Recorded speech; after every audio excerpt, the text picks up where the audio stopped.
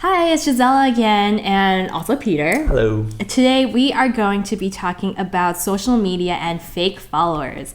So, did you know that the social influencer industry has grown to $8 billion and expected to grow to $15 billion by 2022? I actually did know that. It's a lot of money. That's a lot of money down the drain. Yeah. We'll talk about because that. more than ever now, we always hear about stories of fake metrics, and today we will be talking about fake Instagram followers on some accounts of these big name celebrities. So an article was recently published. They did a study on celebrity accounts such as Taylor Swift, the Kardashians, Ellen DeGeneres, etc. And the study found that almost 50% of these accounts, their followers are actually fake, which was crazy news to me. What are your thoughts? Not surprising, but the fact that there's fake accounts. Yeah. Surprising about the percentage, though. Right. Same. If it was like hovering around a norm of 15%, I can tolerate. That's kind of like the outliers, right? Mm-hmm. But the fact that it was so high, I think on average it was around 45. Yeah. I mean, regardless of what celebrity you were, right? If you were at that level, it's 45. That's like the really norm, crazy. Which is a crazy number. Millions and millions of bots. Or bots that, I mean, it's a problem throughout. I mean, it's in this, so we'll talk about that. Let's start off with that question. Why do you think this is happening? I think money, has a lot to do with it. Mm-hmm. Obviously, there's a lot of money. You just named off the billions of dollars that's being, poured into this industry because marketers are desperate, right? Yeah. For attention. But like all things, right? I don't know. It's kind of a sad commentary about the state of the marketing industry. It's like, and the sad state is like a lot of marketers are lemmings, right? They just kind of follow the pack. If if social influencers is what's been announced at the latest social media conference, then guess what? Next thing you know, troves of marketers are going to jump into that kind of bandwagon and follow that as well. So I don't think the industry as a whole, Facebook, being owner of Instagram and WhatsApp, Twitter to some degree, and even any platform that has like reviews, right? Amazon, Yelp being those as well, are going to have that issue. Right. So I think the industry has to self-regulate itself and do a better job of that. But the origin of the problem is money. Look, people want to make money because people are pouring into it. Influencers themselves, there's a problem with the metrics, the vanity metrics that's being measured. Right? How are these influencers being paid? They're being paid by how many followers you have for the most part, right? And so if that is the baseline metric that you use, of course, people are going to game the system by having more and more followers. Right. And I think we're going to have a link in our show notes about some of these videos about these click farms. Yeah. Right? It's amazing how this cottage industry, primarily in like Southeast Asia and some I guess Baltic countries, right? They have actually these massive warehouses of just phones lined up, literally with humans sometimes. So are they fake? Yes, they are, but actually kind of quasi-programmed by human as well, that are just simply making pennies for every time they post something. Right. They're constantly coming up with like fake profiles and stuff and trying to sound and look more human. Yeah. So the problem really is a cat and mouse game of like trying to catch them, but every time you try to create a mouse trap, the mouse or the mice are coming up with a better way of, kind of escaping that trap. Exactly. Yeah. Like mouse traps don't even work anymore, Right, yeah. Right? So talking about metrics, there was a big, not fuss, but big news, I think maybe last year, about Instagram announcing its trial for hiding follower counts and the number of likes. Yeah. So what do you think about that? Do you think platforms should be doing that as a way to kind of combat the whole, fake bots to boost up metrics problem? I think, I applaud the effort. I think, with Cambridge Analytica and all the scandals that came with that, right? Yeah. Fake ads, everything seems to be fake. And I think that really,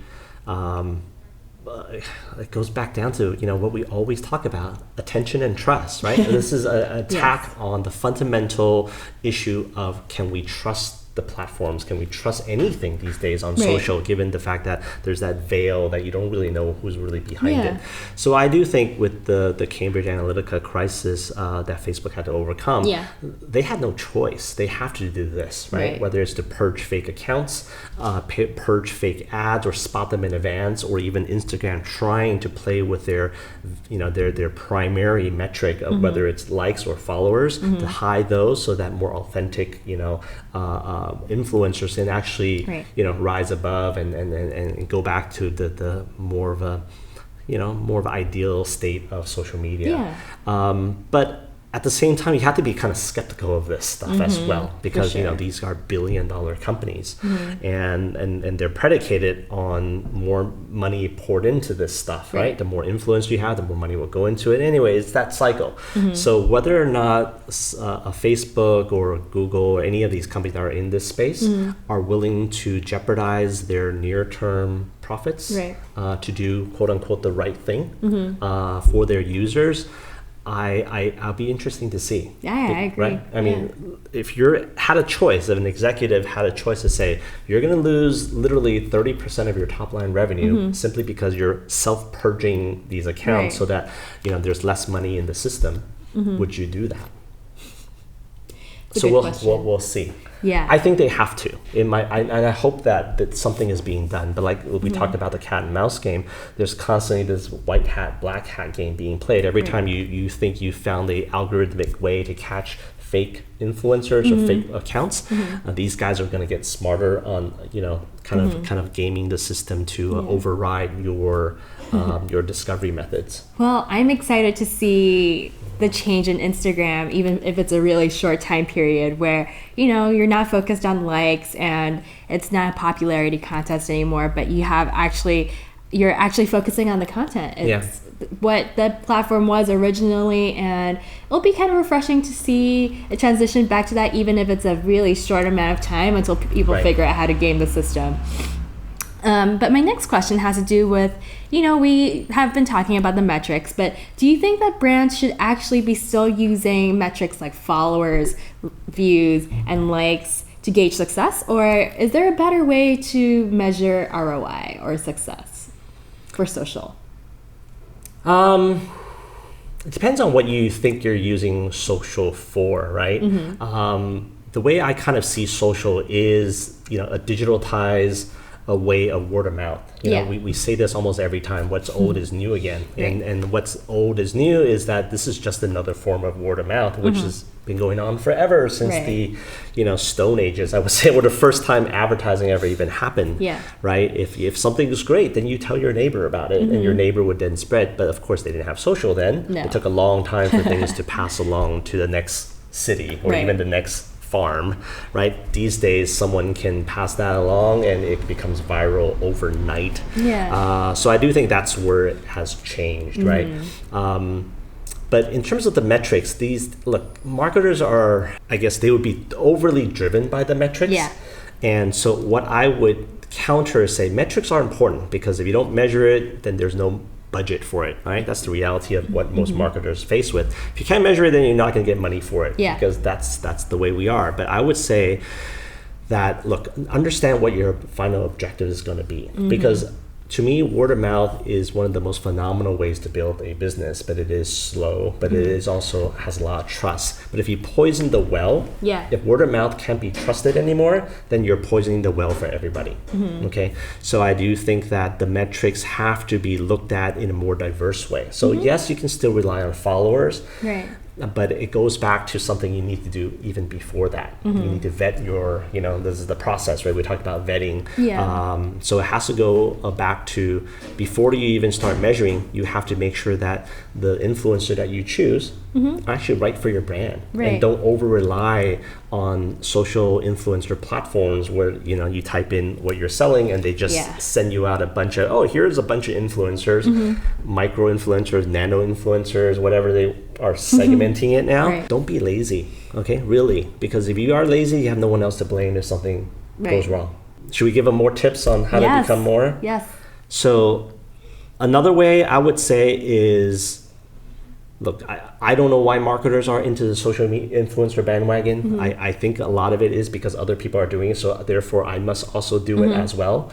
But let's not forget, one of the best ways to build brand is to create your own social persona, your own brand social persona. I mean, examples that you and I talk about sometimes in the hallway is like Wendy's, for example, right? Or some consumer packaged good brands that really have developed their own persona online. So instead of like diverting a certain amount of marketing budget, relying on other people, right, to promote your brand, which can be effective. We're not saying it's not a right thing to do, but why don't you actually spend the resources on developing your own personality on social media? Right. Wouldn't that actually be a better investment that you actually own, right? People always say that be wary of social media, even be wary of any of these platforms, right? A couple of years ago when people were like harping on how amazing Facebook was as a platform, it's because organic reach was free.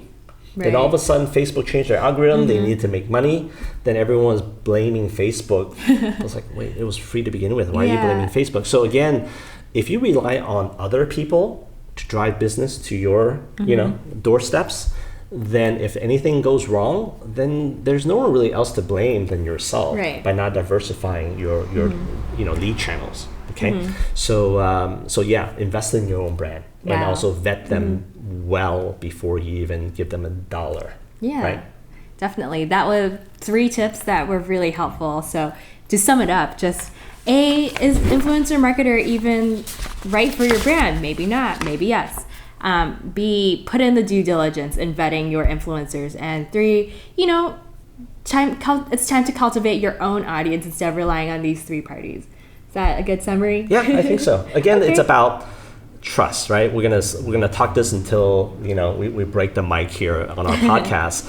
Is that I don't think enough time and attention is brought to this issue, and because people are so excited about how do I drive more leads? How do I interrupt people more? How do I be successful in digital marketing? But at the end of the day, your best practice is to practice the truth of trust. Right? If you can build trust with your audience, and social media, it's kind of iffy because of the fake followers. If that's the case, then will people trust you? So you should evaluate yourself and your company, your brand. Are you actually developing trust between you, your company, and then your end user and your end consumer? If you can, then I think you'll be successful at whatever channel you choose. Yeah, great. Thank you so much, Peter, for your time.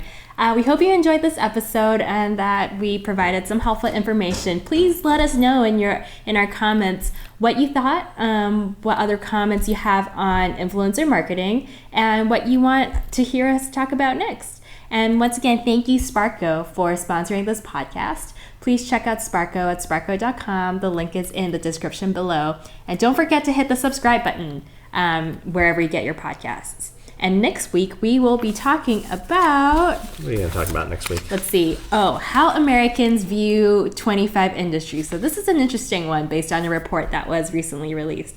So hopefully we'll catch you next time. Thank you. Bye.